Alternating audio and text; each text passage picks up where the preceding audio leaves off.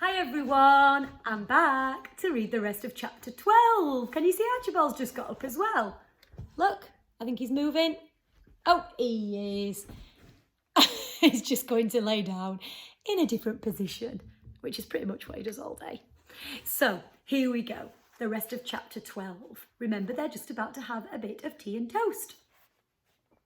It was a funny little kitchen on the first floor above the shop, tucked under the eaves and full of odd angles. Lily watched Thaddeus fill the copper kettle at the sink in the corner, while Robert stoked the fire in the large blackened range, bringing it back to life. "Do you want any help, Mr. Townsend?" she asked. The clockmaker shook his head. "No thanks, young lady, and please call me Thaddeus." "You must take it easy. You've had a trying few days." He handed the kettle to Robert, who put it on the top of the range to boil. With a sense of relief, Lily settled herself at the kitchen table. Malkin, who had been on edge since their discussion, crawled under her chair and sat by her heels with one black-tipped ear pricked up, listening to the conversation. "Get the things for tea, Robert," Thaddeus said, and Robert fetched 3 mugs from the dresser, took some bread and cheese from the larder and laid everything out higgledy-piggledy on the table. Thaddeus eased himself into a seat opposite Lily and got out his tobacco to prepare a pipe. "May I have a look at your father's box?" he asked, when he had his pipe lit and was puffing away. Lily undid the blanket and placed the box on the table in front of him.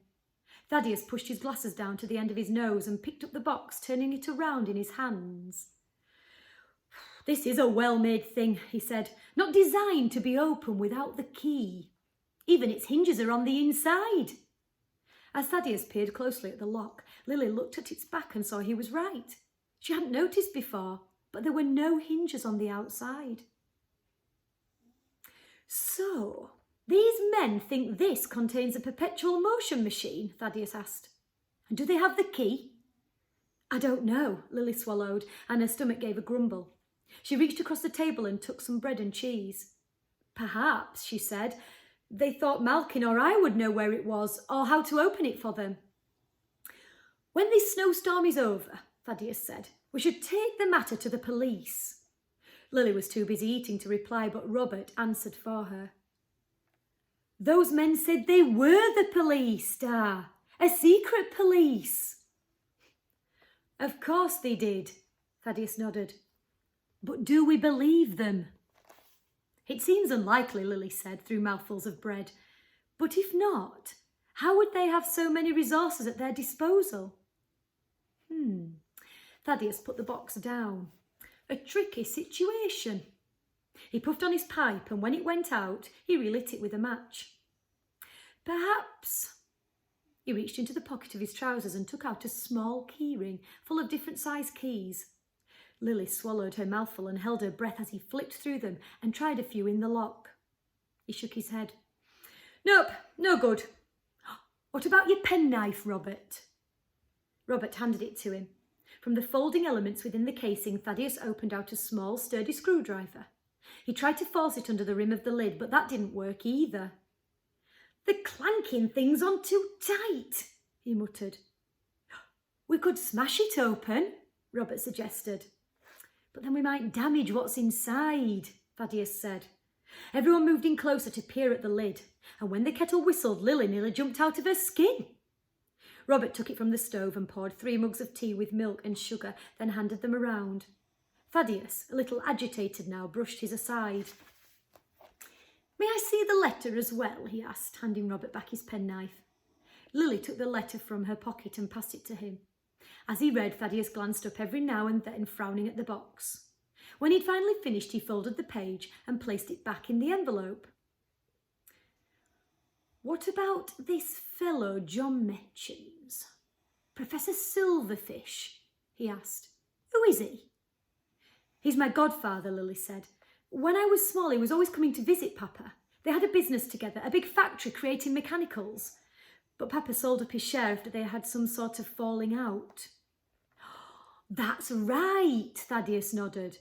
"I remember John told me a little bit about it. I think there was a difference of opinion over the type of mechs they wanted to create. Your father was interested in machines with feelings, while Professor Silverfish wanted to make ones that ran longer." Seemed the business did very well, but then Professor Silverfish left the country for some reason after your mother died. It was his heart, Lily said. She took a sip from her cup of milky tea, cupping her hands around the warm china to absorb its heat. He came to see me when he'd heard of Papa's disappearance. I think he wanted to apologise, make everything right again. She drank the last sugary mouthfuls of tea from her mug. If he knew you well, Robert said, perhaps he'll have some clue about this box. He nodded at it. That's right, Thaddeus said. It might have been part of their work together. And any clue could help lead us to Papa, Lily added, for she still so wanted to believe that he was alive. Perhaps he's a prisoner somewhere. Maybe. Thaddeus didn't sound convinced about that part. If only you had an idea where this Silverfish character lived, then we could go and ask for his advice, Malkin muttered from under her chair. But I do know where he lives, Lily cried. She took out Professor Silverfish's card and placed it on the table. He gave this to me and told me if I was ever in trouble he would help. Thaddeus took the card and whistled. Riverside Walk, Chelsea. This is a smart London address. He must be an important, well-to-do man. He pushed back his chair. We shall go and see him at once. We, Lily said. Yes, Robert and I'll escort you. Oh, thank you, but I couldn't ask you to take such a risk. Nonsense. Those roachmen, or whatever they're called, are obviously dangerous. We will accompany you until you arrive safely at your destination. First thing in the morning, we shall shut up shop and take you on the train to visit this fellow.